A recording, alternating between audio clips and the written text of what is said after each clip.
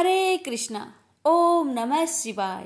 प्यारे भक्तों, आज आप रसपान करेंगे पाप मोचनी एकादशी पारण की कथा। प्यारे भक्तों, एकादशी व्रत भगवान विष्णु जी को समर्पित है और एकादशी व्रत में भगवान विष्णु की कथा सुनने से व्रत का पूर्ण फल प्राप्त होता है। तो आइए भक्तों, आज मैं आपको सुनाने जा रही हूँ द्वादशी व्रत में सुनी जाने वाली महापुण्य फल देने वाली कथा। राजा अम्बरीश भगवान श्री हरि के परम भक्त थे। वे पृथ्वी के सातों द्वीप, अचल संपत्ति और अतुल ऐश्वर्य के शासक होने पर भी इन्हें सबने तुल्य समझते थे, क्योंकि वे जानते थे कि जिस धन वैभव के लोभ में पड़कर मनुष्य घोर नरक में जाता है, वह केवल 4 दिन की चांदनी है। राजा अम्बरीश का भगवान श्री कृष्ण में और उनके प्रेमी साधुओं में परम प्रेम था। उन्होंने अपने मन को श्री कृष्ण के चरणों में, वाणी को भगवान के गुणों का गान करने में, हाथों को श्री हरि के मंदिर मार्जन में और अपने कानों को भगवान की मंगलमयी कथा के श्रवण में लगा रखा था। उन्होंने अपने नेत्रों को श्री हरि की विग्रह व मंदिरों के दर्शन में, नासिका को उनके चरण कमलों पर चढ़ी श्रीमती तुलसी की दिव्य गंध में और जीवा को भगवान के प्रति अर्पित नैवेद्य प्रसाद में संलग्न कर दिया था। राजा अम्बरीश के पैर भगवान के क्षेत्र आदि की पैदल यात्रा करने में ही लगे रहते और वे सिर से भगवान श्री कृष्ण के चरण कमलों की वंदना किया करते थे। इस प्रकार उन्होंने अपने सारे कर्म यज्ञ पुरुष इंद्रियातीत भगवान के प्रति उन्हें सर्वोत्तम एवं सर्वरूप समझकर समर्पित कर दिए थे और भागवत भक्त ब्राह्मणों की आज्ञा अनुसार वे इस पृथ्वी का शासक करते थे।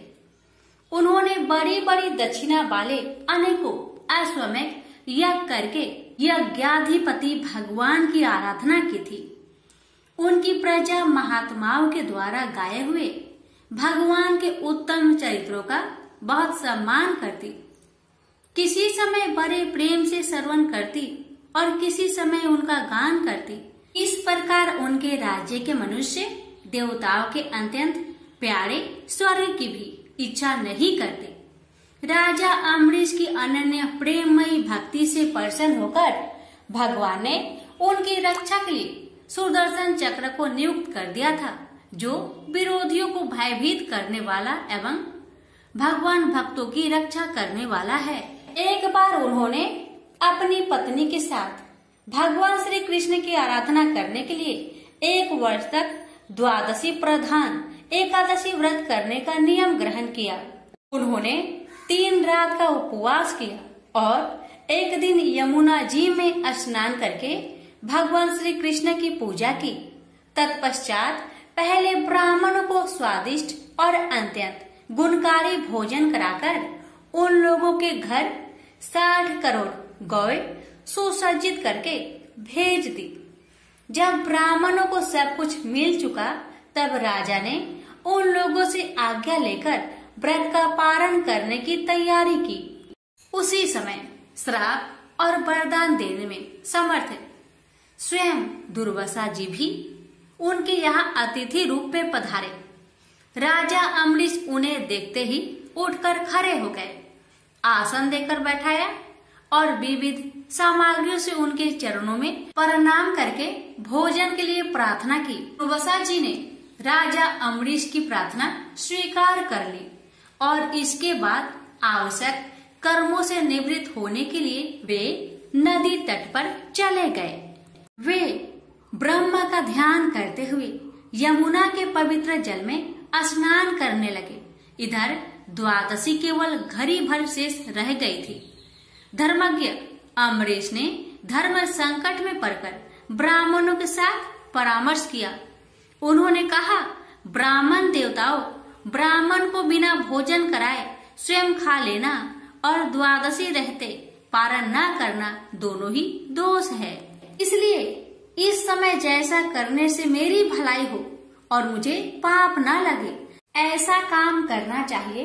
तब ब्राह्मणों के साथ विचार करके उन्होंने कहा, ब्राह्मणों, श्रुतियों में ऐसा कहा गया है कि जल पी लेना भोजन करना भी है, नहीं भी करना है, इसलिए इस समय केवल जल से पारण किए लेता हूँ। ऐसा निश्चय करके मन ही मन भगवान का चिंतन करते हुए राजश्री अमरीश ने जल पी लिया और फिर दुर्वासा जी के आने की राह देखने लगे।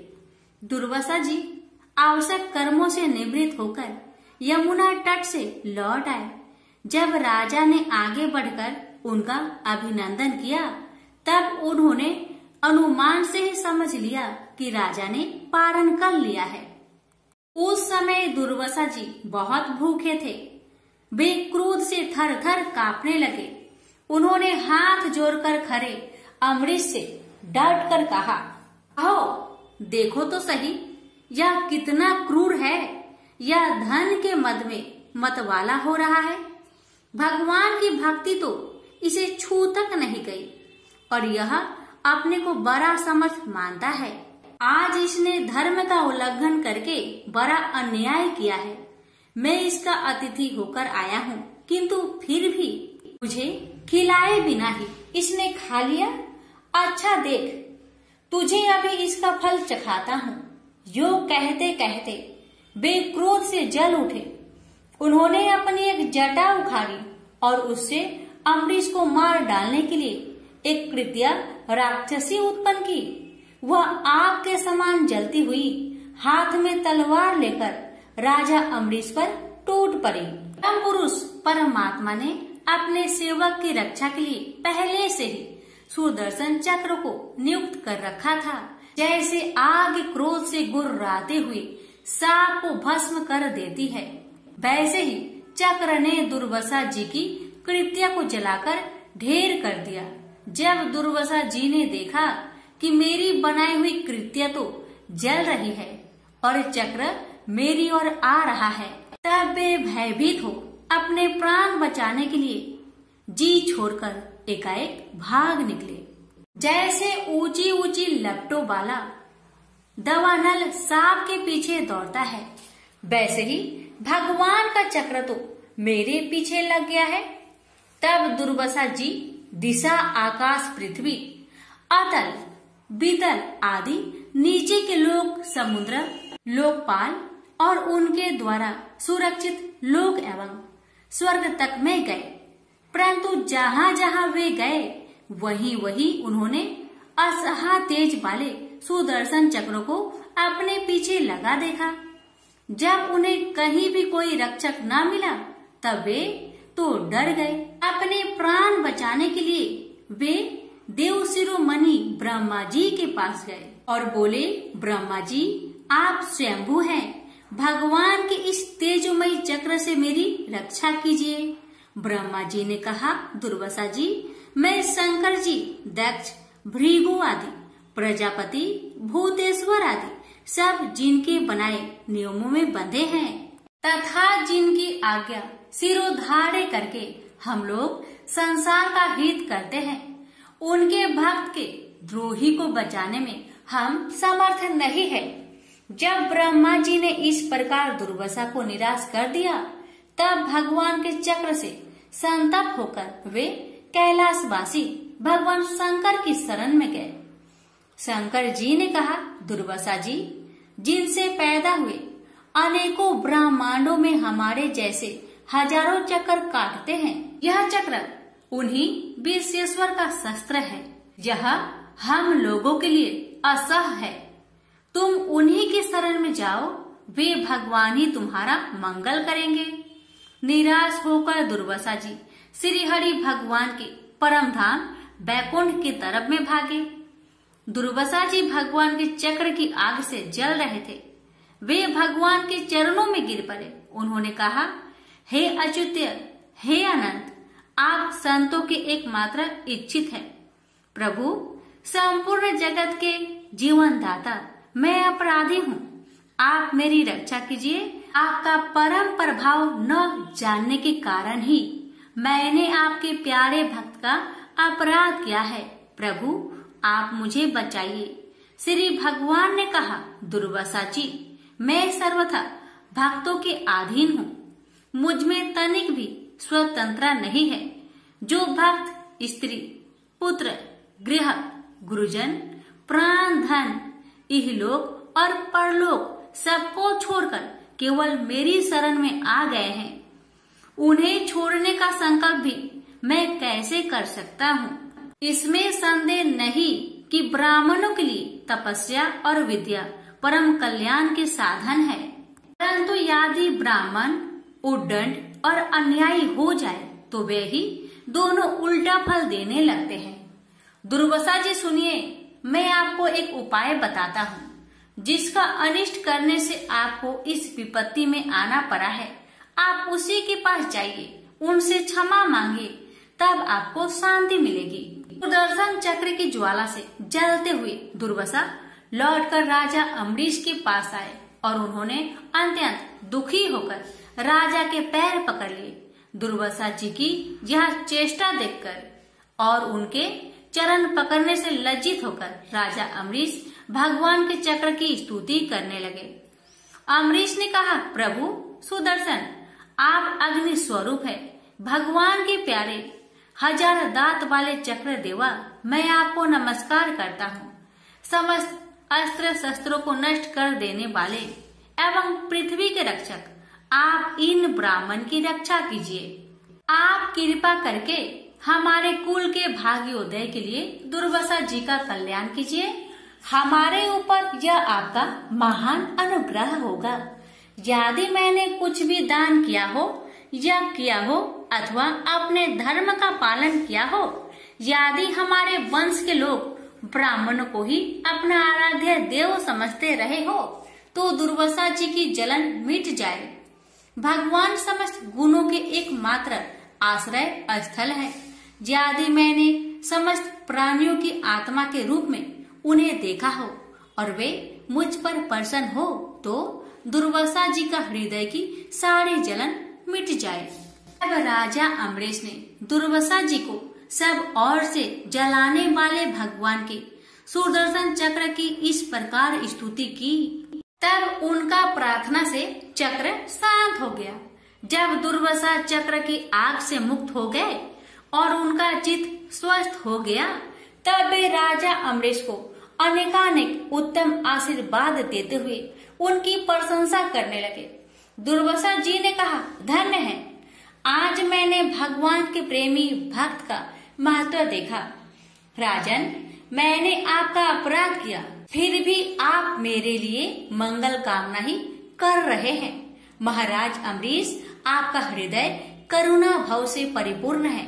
आपने मेरे ऊपर महान अनुग्रह किया। अहो, आपने मेरे अपराध भुलाकर मेरी रक्षा की है। जब से दुर्वासा जी चक्र से जीवन रक्षा के लिए भाग रहे थे, तब से राजा अम्बरीश ने भोजन नहीं किया था। वे दुर्वासा जी के लौटने की राह देख रहे थे। अब उन्होंने दुर्वासा जी के चरण पकड़ लिए और उन्हें प्रसन्न करके विधि पूर्वक भोजन कराया। दुर्वासा जी ने बहुत ही संतुष्ट होकर राजा अम्बरीश के गुणों की प्रशंसा की और उनके बाद उनसे अनुमति लेकर आकाश मार्ग से प्रस्थान किया। जब सुदर्शन चक्र से भयभीत होकर दुर्वासा जी भाग रहे थे, तब से लेकर उनके लौटने तक 1 वर्ष का समय बीत गया था। इतने दिनों तक राजा अम्बरीश उनके दर्शन की आकांक्षा से केवल जल पीकर रहे। दुर्वासा जी के जाने के बाद उनके भोजन से बचे हुए अत्यंत पवित्र अन्न को राजा ने सपरिवार ग्रहण किया। कुछ वर्ष बीतने पर राजा अम्बरीश ने अपने ही समान भक्त पुत्र पर राज्य का भार छोड़ दिया और स्वयं वन में चले गए। वहाँ वे बड़ी धीरता के साथ आत्म स्वरूप भगवान में अपना मन लगाकर गुणों के प्रवाह रूपी संसार से मुक्त हो गए। प्रेम से बोलिए लक्ष्मी नारायण की जय। पौराणिक कथा के अनुसार एक नगर में सेठ सेठानी रहते थे। सेठानी रोजाना भगवान श्री हरि की पूजा भक्ति भाव से किया करती। लेकिन सेठानी का पूजा करना उसके पति को बिल्कुल पसंद नहीं था। इस कारण एक दिन सेठ ने उसे घर से निकाल दिया। सेठानी घर से निकलकर जंगल की ओर चल दी। रास्ते में सेठानी ने देखा कि जंगल में 4 आदमी मिट्टी खोद रहे हैं। ये देखकर सेठानी ने उनसे बोला कि आप लोग मुझे किसी काम पर रख लो। सेठानी के कहने पर उन्होंने सेठानी को नौकरी पर रख लिया। लेकिन सेठानी बहुत कोमल थी, इस वजह से उसके हाथ पर छाले पड़ गए। यह देख चारों आदमी ने सेठानी से काम छोड़ने की बात कही। उन्होंने कहा कि इसकी जगह तुम हमारे घर का काम कर दो। सेठानी के मान जाने पर वे उसे अपने घर ले गए। वहां वे चारों आदमी 4 मुट्ठी चावल लाते और उसे बांटकर खा लेते। ये देख सेठानी को बहुत बुरा लगता। इसे देख सेठानी ने उन चारों आदमी को 8 मुट्ठी चावल लाने को कहा। सेठानी की बात मानकर चारों आदमी 8 मुट्ठी चावल लाए। इन चावल का सेठानी ने भोजन बनाया और भगवान विष्णु को भोग लगाकर सभी आदमियों को परोस दिया। इस बार चारों आदमियों को भोजन बहुत ही स्वादिष्ट लगा और सेठानी से खाने की तारीफ करते हुए इसका राज पूछा। तो सेठानी ने कहा कि ये भोजन भगवान विष्णु का जूठा है, इसी वजह से ये बहुत स्वादिष्ट लग रहा है। उधर सेठानी के जाने के बाद सेठ भूखा रहने लगा। आसपास के लोग उसे ताने मारने लगे कि ये पत्नी के वजह से ही खा रहा था। लोगों की बातें सुनकर सेठ सेठानी को जंगल में देखने निकल गया। रास्ते में उसे वही 4 आदमी मिट्टी खोदते हुए दिखाई दिए। सेठ ने उन्हें कहा, तुम मुझे काम पर रख लो। तब चारों आदमी ने उसे भी काम पर रख लिया। लेकिन सेठानी की तरह मिट्टी खोदने से सेठ के हाथों में छाले पड़ गए। ये देखकर उन्होंने सेठ को भी घर का काम करने की सलाह दी। सेठ भी उनकी बात मानकर उनके घर चल दिया। घर पहुंचकर सेठ ने सेठानी को पहचान लिया, लेकिन सेठानी घूंघट में होने के कारण सेठ को पहचान नहीं पाई। हर दिन की तरह इस बार भी सेठानी ने भगवान श्री हरि विष्णु को भोग लगाकर सभी को खाना परोस दिया।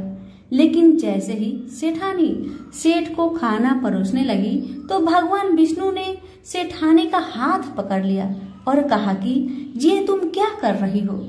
सेठानी बोली, मैं कुछ नहीं कर रही, मैं तो भोजन परोस रही हूँ। चारों भाइयों ने सेठानी से कहा कि हमें भी भगवान विष्णु के दर्शन कराओ। सेठानी के अनुरोध करने पर भगवान विष्णु उन सभी के सामने प्रकट हो गए। यह देख सेठ ने सेठानी से क्षमा मांगी और उसे हाथ पकड़कर घर चलने को कहा। तब चारों भाइयों ने बहन को बहुत सारा धन देकर विदा किया। तब से सेठ भी भगवान विष्णु का भक्त बन गया और पूरी श्रद्धा से उनकी पूजा करने लगा। इससे उनके घर में फिर से धन की बरसात होने लगी। ऐसी मान्यता है कि इस दिन व्रत रखने से सत्यनारायण भगवान के साथ हनुमान जी, प्रभु श्री राम और माता सीता की कृपा भी प्राप्त होती है। प्रेम से बोले विष्णु भगवान की जय। एक बार भृगु ऋषि ने जानना चाहा कि ब्रह्मा, विष्णु और महेश में कौन सबसे श्रेष्ठ है। वह बारी बारी से सबके पास गए। ब्रह्मा और महेश ने भृगु को पहचाना तक नहीं, न ही आदर किया। इसके बाद भृगु विष्णु के यहाँ गए। विष्णु भगवान विश्राम कर रहे थे और माता लक्ष्मी उनके पैर दबा रही थी। भृगु ने पहुंचते ही न कुछ कहा न सुना और भगवान विष्णु की छाती पर पैर से प्रहार कर दिया। लक्ष्मी जी यह सब देखकर चकित रह गई, किंतु विष्णु भगवान ने भृगु का पैर पकड़कर विनीत भाव से कहा, मुनिवर, आपके कोमल पैर में चोट लगी होगी, इसके लिए मुझे क्षमा करें। लक्ष्मी जी को भगवान विष्णु की इस विनम्रता पर बड़ा क्रोध आया। वह भगवान विष्णु से नाराज होकर भूलोक में आ गई तथा कोल्हापुर में रहने लगी। लक्ष्मी जी के चले जाने से विष्णु भगवान को लगा कि उनका श्री और वैभव ही नष्ट हो गया और उनका मन बड़ा अशांत रहने लगा। लक्ष्मी जी को ढूंढने के लिए वह श्रीनिवास के नाम से भूलोक में आए। घूमते घूमते बेकटचल पर्वत क्षेत्र में बकुला माई के आश्रम पहुँचे। बकुला माई ने उनकी बड़ी आवभगत की, उन्हें आश्रम में ही रहने को कहा। एक दिन जंगल में एक मतवाला हाथी आ गया। आश्रमवासी डरकर इधर उधर भागने लगे। श्रीनिवास ने यह देखा तो धनुष बाण में लेकर हाथी का पीछा किया। हाथी डरकर भागा और घने जंगल में अदृश्य हो गया। श्रीनिवास उसका पीछा करते करते थक गए थे। वह एक सरोवर के किनारे वृक्ष की छाया में लेट गए और उन्हें हल्की सी झपकी आ गई। थोड़ी देर में शोर सुनकर वह जागे तो देखा कि 4-6 युवतियां उन्हें घेर खड़ी है। श्रीनिवास को जागा हुआ देखकर वह झपटकर बोली, यह हमारी राजकुमारी पद्मावती का सुरक्षित उपवन है और यहाँ पुरुषों को आना मना है। तुम यहाँ कैसे और क्यों आए हो? श्रीनिवास कुछ जवाब दे इससे पहले ही उनकी दृष्टि वृक्ष की ओर से झांकती राजकुमारी की ओर गई। श्रीनिवास पद्मावती को एकटक देखते रह गए। थोड़ा संयत होकर कहा, देवियों, मुझे पता नहीं था। मैं शिकार का पीछा करता हुआ यहाँ आया था। थक जाने पर मुझे नींद आ गई, इसलिए क्षमा करे। श्रीनिवास आश्रम में लौट आए किंतु बड़े उदास रहने लगे। एक दिन बकुला माई ने बड़े प्यार से उनकी उदासी का कारण पूछा तो श्रीनिवास ने पद्मावती से भेंट होने की सारी कहानी कह सुनाई। फिर कहा, उसके बिना मैं नहीं रह सकता। बकुला माई बोली, ऐसा सपना मत देखो। कहा वह प्रतापी चोल नरेश आकाश राज की बेटी और कहा तुम आश्रम में पलने वाले एक कुल गोत्रहीन युवक। श्रीनिवास बोले, माँ, एक उपाय है, तुम मेरा साथ दो तो सब संभव है। बकुला माई ने श्रीनिवास का सच्चा प्यार देखकर हाँ कर दी। श्रीनिवास ज्योतिष जानने वाली औरत का भेष बनाकर राजा आकाश की राजधानी नारायणपुर पहुँचे। उसकी चर्चा सुन पद्मावती ने भी उस औरत को महल में बुलाया और अपना हाथ दिखाया। राजकुमारी के हस्तरेखा देखकर वह बोली, राजकुमारी, कुछ दिन पहले तुम्हारी भेंट तुम्हारी सुरक्षित उद्यान में किसी युवक से हुई थी। तुम दोनों की दृष्टि मिली थी। उसी युवक से तुम्हारी शादी का योग बनता है। पद्मावती की माँ धारणा देवी ने पूछा, यह कैसे हो सकता है? ज्योतिषी औरत बोली, ऐसा ही योग है। ग्रह कहते हैं कोई औरत अपने बेटे के लिए आपकी बेटी मांगने स्वयं आएगी। 2 दिन बाद सचमुच ही बकुला माई एक तपस्विनी के भेष में राजमहल आई। उसने अपने युवा बेटे के साथ पद्मावती के विवाह की चर्चा की। राजा आकाश में बकुला माई को पहचान लिया। उन्होंने पूछा, वह युवक कौन है? बकुला माई बोली, उसका नाम श्रीनिवास है। वह चंद्र वंश में पैदा हुआ है। मेरे आश्रम में रह रहा है। मुझे माँ की तरह मानता है। राजा आकाश ने कुछ सोचकर उत्तर देने के लिए कहा। बकुला माई के चले जाने पर आकाश ने राज पुरोहित को बुलाकर सारी बात बताई। राज पुरोहित ने गणना की, फिर सहमति देते हुए कहा, महाराज, श्रीनिवास में विष्णु जैसा देवगुण है और लक्ष्मी जैसी आपकी बेटी के लिए यह बड़ा सुयोग है। राजा आकाश ने तुरंत बकुला बाई के यहाँ अपनी स्वीकृति के साथ विवाह के लग्न पत्रिका भेज दी। बकुला माई ने सुना तो वह चिंतित हो उठी। श्रीनिवास से बोली, बेटा, अब तक तो विवाह की चिंता ही थी, अब पैसे न होने की चिंता है। मैं वरा स्वामी के पास जाती हूँ, उनसे पूछती हूँ कि क्या किया जाए। बकुला माई श्रीनिवास को लेकर वरा स्वामी के पास गई और श्रीनिवास के विवाह के लिए धन की समस्या बताई। तो वरा स्वामी ने 8 दिक्पालों इंद्र, कुबेर, ब्रह्मा, शंकर आदि देवताओं को अपने आश्रम में बुलवाया और फिर श्रीनिवास को बुलाकर कहा, तुम स्वयं इन्हें अपनी समस्या बताओ।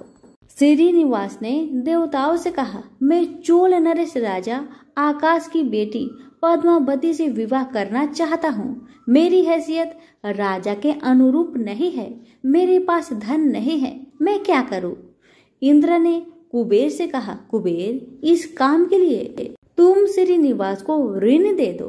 कुबेर ने कहा, ऋण तो दे दूंगा, पर उसे यह वापस कब और कैसे करेगा, इसका निर्णय होना चाहिए। श्रीनिवास बोले, इसकी चिंता मत कीजिए, कलयुग के अंत तक मैं सब ऋण चुका दूंगा। कुबेर ने स्वीकार कर लिया। सब देवताओं की साक्षी में श्रीनिवास के ऋण पत्र लिख दिया गया। उस धन से श्रीनिवास और पद्मावती का विवाह बड़े धूमधाम से हुआ। तभी नारद ने कोल्हापुर जाकर लक्ष्मी को बताया, विष्णु ने श्रीनिवास के रूप में पद्मावती से विवाह कर लिया है। दोनों वेंकटाचल पर्वत पर रह रहे हैं। यह सुनकर लक्ष्मी जी को बड़ा दुख हुआ।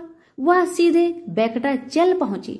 विष्णु जी की सेवा एवं लगी पद्मावती को भला बुरा कहने लगी। श्रीनिवास विष्णु रूप में मेरे पति है, तूने इनके साथ विवाह क्यों किया?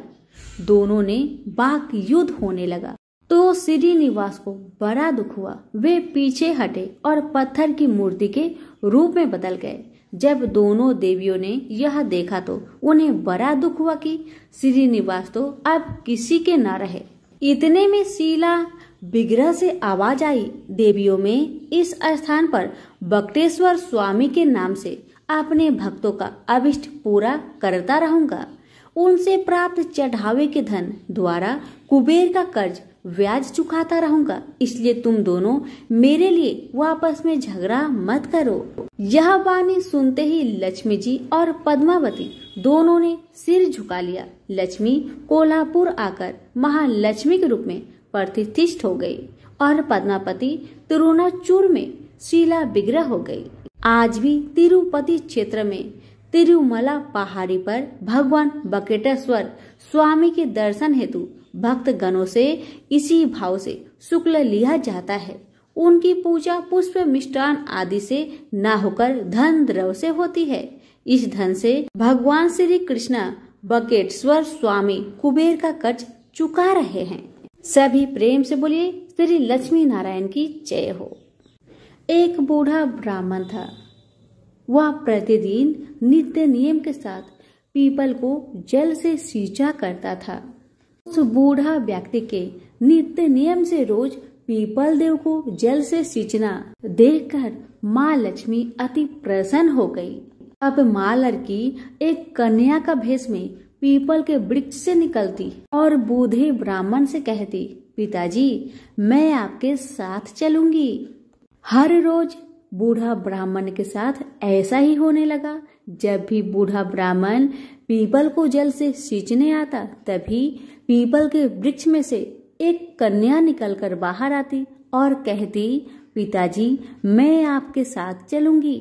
अब एक ही बात रोज सुन सुनकर बूढ़ा ब्राह्मण सूखने लगा, दिन ब दिन कमजोर होने लगा। तो उसकी पत्नी ने पूछा, क्या बात है, आपका तबीयत दिन ब दिन खराब क्यों हो रहा है? कोई बात है तो मुझे बताइए। पत्नी की बात सुन तब बूढ़ा ब्राह्मण बोला कि मैं हर रोज जब भी पीपल को सींचने जाता हूँ ना, तभी पीपल के वृक्ष में से एक कन्या निकलकर बाहर आती है और मुझसे कहती है, पिताजी मैं आपके साथ चलूंगी। पति की बात सुन पत्नी कहने लगी, तो कल उसे अपने घर ले आइएगा, जहाँ आपकी 6 लड़कियां हैं वहाँ और एक ही सही। पत्नी की बात मानकर अगले दिन सुबह बूढ़ा ब्राह्मण फिर पीपल को जल से सींचने गया और फिर से वह लड़की बाहर आई और कहने लगी, पिताजी मैं आपके साथ चलूंगी। तब बूढ़ा ब्राह्मण ने कहा, ठीक है चलो फिर। और ब्राह्मण उस बिटिया को अपने घर ले आया। बिटिया को घर लाने के बाद बूढ़ा ब्राह्मण आटा मांगने गया तो उसे पहले के दिनों की अपेक्षा आज ज्यादा आटा मिली थी। जब बुढ़िया वह आटा छानने लगी तो सातवीं बिटिया जो पीपल वृक्ष से आई थी, वह बिटिया कहने लगी, माँ लाओ आटा को मैं छान देती हूँ। जब वह आटा छानने बैठी तो परात भर गई। उसके बाद माँ खाना बनाने जाने लगी तो बिटिया बोली, माँ आज रसोई तो मैं ही बनाऊंगी। बिटिया की बात सुन माँ कहने लगी, ना बेटी ना, तुम्हारी हाथ जल जाएगी। लेकिन लड़की नहीं मानी। वह रसोई में खाना बनाने गई तो उसने तरह तरह के 36 व्यंजन बना डाले और आज सभी भरपेट खाना खाए। इससे पहले बूढ़े ब्राह्मण के परिवार को कभी भी पेट भर के भोजन नहीं मिलता था। कभी आधा ही पेट खाते तो कभी बिन खाए ही सो जाते थे। लेकिन आज उन सभी ने भर भर पेट भोजन खाए। मामा कहने लगा, आज तो भरपेट खाना खाया और ऐसा भोजन तो इससे पहले मैंने कभी भी नहीं खाया है। तब बुढ़िया कहने लगी कि भाई ये भोजन तो तेरी पावनी बहन ने बनाया है। जैसे ही शाम हुई तो पावनी बेटी कहने लगी, माँ चौका लगा के चौका का दिया जला देना, कोठे में सो जाऊंगी मैं। बुढ़िया बोली, ना बेटी ना, तू डर जाएगी। लेकिन वह बिटिया न मानी। वह कहने लगी, माँ मैं नहीं डरूंगी। वह बिटिया अंदर कोठे में ही जाकर सो गई। आधी रात को लड़की उठी और चारों ओर आंख मारी तो चारों ओर धन ही धन हो गया। और बाहर जाने लगी तो एक बूढ़ा ब्राह्मण सो रहा था। उसने देखा तो कहा, बेटी तू कहाँ चली जा रही है? तब बिटिया बोली, मैं दरिद्रता दूर करने आई थी। अगर तुम्हें दूर करवानी है तो करवा लो। तब बूढ़ा ब्राह्मण ने कहा, हाँ बिटिया जैसी तुम्हारी इच्छा। तो बिटिया रानी ने बूढ़े के घर में भी आंख से देखा तो चारों तरफ धन ही धन हो गया। तब बूढ़ा ब्राह्मण का परिवार सुबह सोकर उठे तो लड़की को घर में ना देखकर उसे ढूंढने लगे कि मेरी पावनी बेटी कहाँ चली गई। तो बाहर वाला बूढ़ा ब्राह्मण बोला कि वह तो लक्ष्मी माता थी, जो तुम पर प्रसन्न होकर तुम्हारे घर की सारी दरिद्रता को दूर कर गई। हे लक्ष्मी माता, जैसे आपने उनकी दरिद्रता दूर की, वैसे ही हम सबकी करना। कहानी कहने वालों के भी, सुनने वालों के भी, हुक्कारे भरने वालों के भी, सभी के परिवार पर अपनी कृपा सदा बनाए रखना। तो सभी प्रेम से बोलिए, लक्ष्मी माता की जय हो। बहुत समय पहले की बात है। एक गांव में एक ननद भाभी रहा करती थी। ननद अभी कंवारी थी।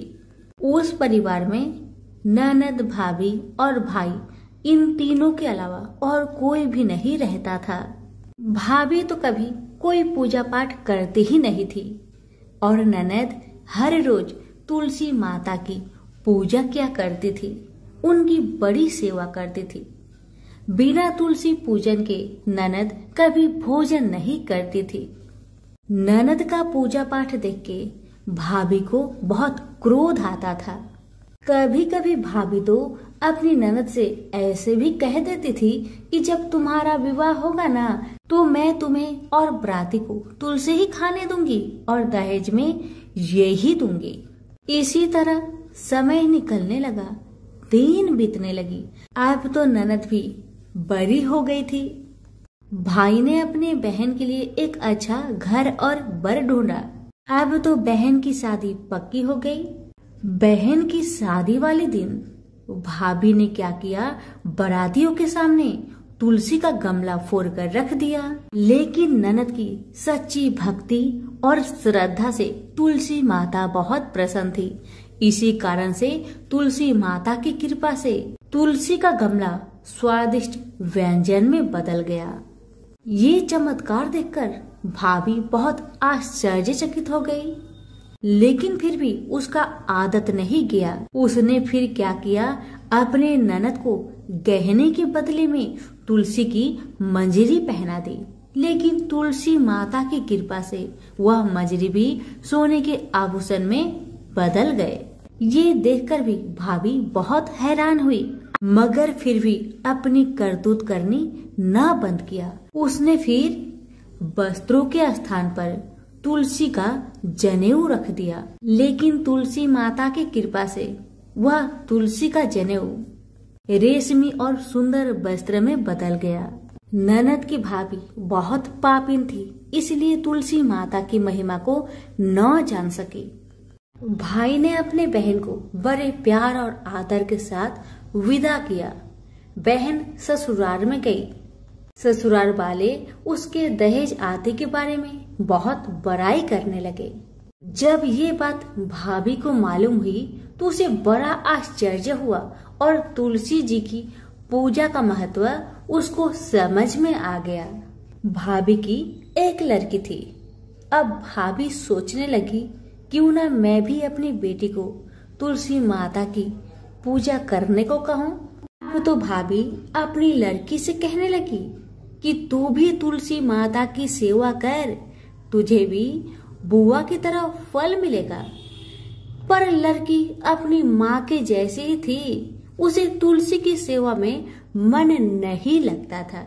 भाभी की लड़की हर रोज सुबह स्नान करके ऊपर के मन से अपनी माँ की बात रखने के लिए तुलसी माता की पूजा कर लिया करती थी, मगर मन उसका पूजा में कभी नहीं लगा। इसी तरह समय बीतते गया। इस बार भाभी ने खुद अच्छा घर और वर देखकर अपनी बेटी का विवाह तय किया। और जब विवाह का समय आया तो भाभी ने सोचा, जैसा व्यवहार मैंने अपनी ननद के साथ किया वैसा ही व्यवहार मैं अपनी बेटी के साथ करूंगी, क्योंकि मैंने जो ननद के साथ व्यवहार किया उसी व्यवहार के कारण ननद को इतनी इज्जत मिली थी। क्यों ना मैं भी अपनी लड़की के साथ वैसा ही व्यवहार करूं। अब जैसे ही बाराती वाले आए, भाभी ने तुलसी जी का गमला को फोड़कर बाराती के सामने रख दिया, परंतु इस बार मिट्टी मिट्टी ही रही। मंजरी व पत्ते भी अपने पूर्व रूप में ही रहे तथा जनेऊ भी जनेऊ ही रहा। सभी बाराती भाभी की बुराई करने लगे। ससुराल में भी लड़की की और उसकी माँ की बहुत बुराई हो रही थी। भाभी को अपनी ननद से बहुत जलन होता था। इस कारण भाभी अपनी ननद को बहुत कम ही घर पर बुलाया करती थी। पर भाई अपने बहन को बहुत मानता था। भाई ने एक दिन सोचा, बहन की शादी किए हुए बहुत साल हो गए, क्यों ना मैं अपने बहन से मिलकर आऊं, उसके ससुराल जाऊं। अब भाई ने अपनी इच्छा अपनी पत्नी को बताया। पत्नी से कहा, कुछ सौगात ले जाने के लिए कुछ दो। बहन का घर जाऊंगा, खाली हाथ कैसे जाऊं, कुछ हो तो मुझे दो। भाभी ने क्या किया, गुस्से से जुआर एक थैले में भरकर कहा, लो इसी को लो और अपनी बहन के घर ले जाओ। मेरे पास और कुछ नहीं है, यही है, इसी को ले जाओ। बेचारा पति दुखी मन से चल दिया वही जुआर भरे थैले को लेकर, और मन ही मन में सोचते जा रहा था, भला कोई भाई अपने बहन के ससुराल में जुआर ले जाता है। यही सोचते सोचते भाई बहन के ससुराल की तरफ जा रहा था। उसने सोचा, ये जुआर बहन के ससुराल ले जाऊंगा तो लोग क्या कहेंगे, क्यों ना मैं इसे गाय को खिला दूं। भाई जब बहन के नगर के समीप पहुंचा और उसने एक गौशाला में गाय के सामने जुआर का थैला उलट दिया। जुआर को उलटता देखकर तब गौपालक ने कहा, ए भाई तुम ये क्या कर रहे हो, सोना मोती गाय के आगे क्यों डाल रहे हो। भाई ने जब नीचे देखा तो सचमुच हीरे मोती सोना चांदी जगमगा रहे थे। भाई ने तुलसी माता के चमत्कार को जान लिया और जोर जोर से तुलसी माता की जयकारा लगाने लगा और सारी कहानी उस गौपालक को बताया। सोना चांदी हीरा मोती थैले में भरकर बहुत प्रसन्न मन से अपने बहन के घर गया। बहन भाई को देखकर बहुत प्रसन्न हुई और अपनी भाई की बहुत आवभगत की। भाई ने अपनी बहन के सास ससुर से आज्ञा लेकर अपनी बहन को घर लेकर आया और रास्ते में सारी कहानी बताते आ रहा था कि कैसे भाभी ने ज्वार भरकर थैले में दिए थे और तुलसी माता की कृपा से कैसे ये ज्वार हीरे मोती सोने चांदी में बदल गए। भाई को तुलसी माता का महिमा पता चल गया था। अब भाई और बहन घर आकर अपनी भाभी को सारी कहानी बताते हैं और तुलसी माता की महत्व को समझाते हैं और पूजन करने का फल उसे भी बताते हैं। अब तो भाई और भाभी और उसकी बेटी तीनों जन मिलकर हर दिन तुलसी माता का पूजन किया करते थे और तुलसी माता भी उनके पूजन से प्रसन्न होकर उनके घर में अन्न धन के भंडार भर दिए और भाभी की बेटी को भी अच्छा घर और वर मिला। तो सभी मिलकर बोलिए तुलसी मैया की जय हो। एक ब्राह्मण था जो नित्य प्रतिदिन सुबह उठकर गंगा जी स्नान के लिए जाता था और आकर विनायक जी का पूजा करता और विनायक जी की कहानी सुनता था। ब्राह्मण की पत्नी को पूजा करना अच्छा नहीं लगता था। जब भी ब्राह्मण पूजा करता तो ब्राह्मणी गुस्सा हो जाती थी और कहती थी कि सुबह पहले पूजा करने के लिए बैठ जाते हो, मैं झाड़ू निकालती हूँ, घर का काम करती हूँ, तुम्हें कोई काम नहीं है क्या? ब्राह्मण अपनी पत्नी की बातों पर ध्यान ही नहीं देता था। एक दिन की बात है, ब्राह्मण गंगा जी नहाने के लिए चला गया। ब्राह्मणी ने विनायक जी को छुपा कर रख दिया। जब ब्राह्मण गंगा नहाकर वापस आए, विनायक जी की मूर्ति नहीं मिली तो ब्राह्मणी से पूछने लगा कि विनायक जी की मूर्ति कहाँ गई। ब्राह्मणी कहने लगी, मुझे क्या पता तुम्हारे विनायक जी कहाँ गए। अब तो ब्राह्मण खाना पीना खाना बंद कर दिया। ब्राह्मणी ने कहा, खाना खा लो, लेकिन ब्राह्मण ने कहा, जब तक मैं विनायक जी का पूजा नहीं कर लेता तब तक मैं अन्न जल ग्रहण नहीं करूंगा। ब्राह्मणी ने ब्राह्मण को बहुत समझाया मगर ब्राह्मण ब्राह्मणी की बात नहीं माने। अब तो ब्राह्मण और ब्राह्मणी दोनों झगड़ने लगे। दोनों को लड़ते झगड़ते देख विनायक जी की मूर्ति हंसने लगी। तब ब्राह्मणी गुस्से में आकर बोली कि मूर्ति वहां रखी है। उसके बाद ब्राह्मण ने विनायक जी की पूजा अर्चना की। तब अचानक ही विनायक जी की मूर्ति बोल उठी कि तुझे मेरी सेवा करते हुए बहुत दिन हो गए हैं, कुछ मांगो मुझसे। ब्राह्मण बोला कि अन्न मांगो कि धन मांगो, जितना दुनिया में सुख है क्या वह सब सुख मांगो। तब विनायक जी ने सारा सुख धन अन्न सब ब्राह्मण को दे दिए। ब्राह्मण मूर्ति को मंदिर में रखकर पूजा अर्चना करने लगा। ब्राह्मणी को इतना अन्न धन मिलने से उसकी भी पूजा करने की श्रद्धा जाग उठी और वह भी ब्राह्मण को बोलकर मूर्ति घर में रखवाई और खूब प्रेम से गणेश महाराज की पूजा करने लगी। हे विनायक जी महाराज, जैसा सुख आपने ब्राह्मण को दिया वैसा सुख सबको देना। विनायक जी की कहानी कहने वाले को, विनायक जी की कहानी सुनने वालों को और हुक्कार भरने वालों को और पूरे परिवार को देना। तो बोलो गजानंद गणेश जी महाराज की जय, विनायक जी महाराज की जय। विनायक जी और देवरानी जेठानी की कहानी। दो देवरानी और जेठानी थी। देवरानी के पास बहुत धन था लेकिन जेठानी बहुत गरीब थी। जेठानी गणेश जी की बहुत आराधना करती थी। वह अपनी देवरानी के घर आटा पीसने जाती थी।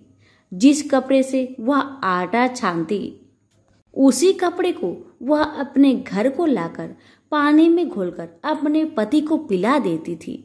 एक दिन देवरानी के लड़के ने देख लिया और अपनी माँ से बोला कि माँ, ताई यहाँ से आटा का कपड़ा ले जाकर ताऊ जी को घोलकर पिला देती है। देवरानी की बात सुनकर बहुत गुस्सा हुई जेठानी और गुस्से में बोली कि मेरे घर से आटा छानने के बाद कपड़ा यहीं पर रखकर हाथ धोकर जाए।